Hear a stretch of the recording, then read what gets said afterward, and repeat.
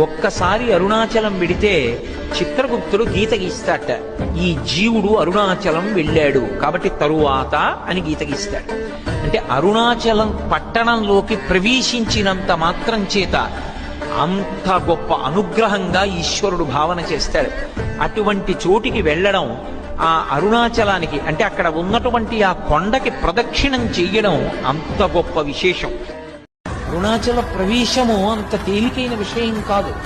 అరుణాచలంలోకి వెళ్ళాడు అంటే వాడికి ఏదో అధికారం ఉంది, పరమేశ్వరానుగ్రహాన్ని పొంది ఉన్నాడని గుర్తు.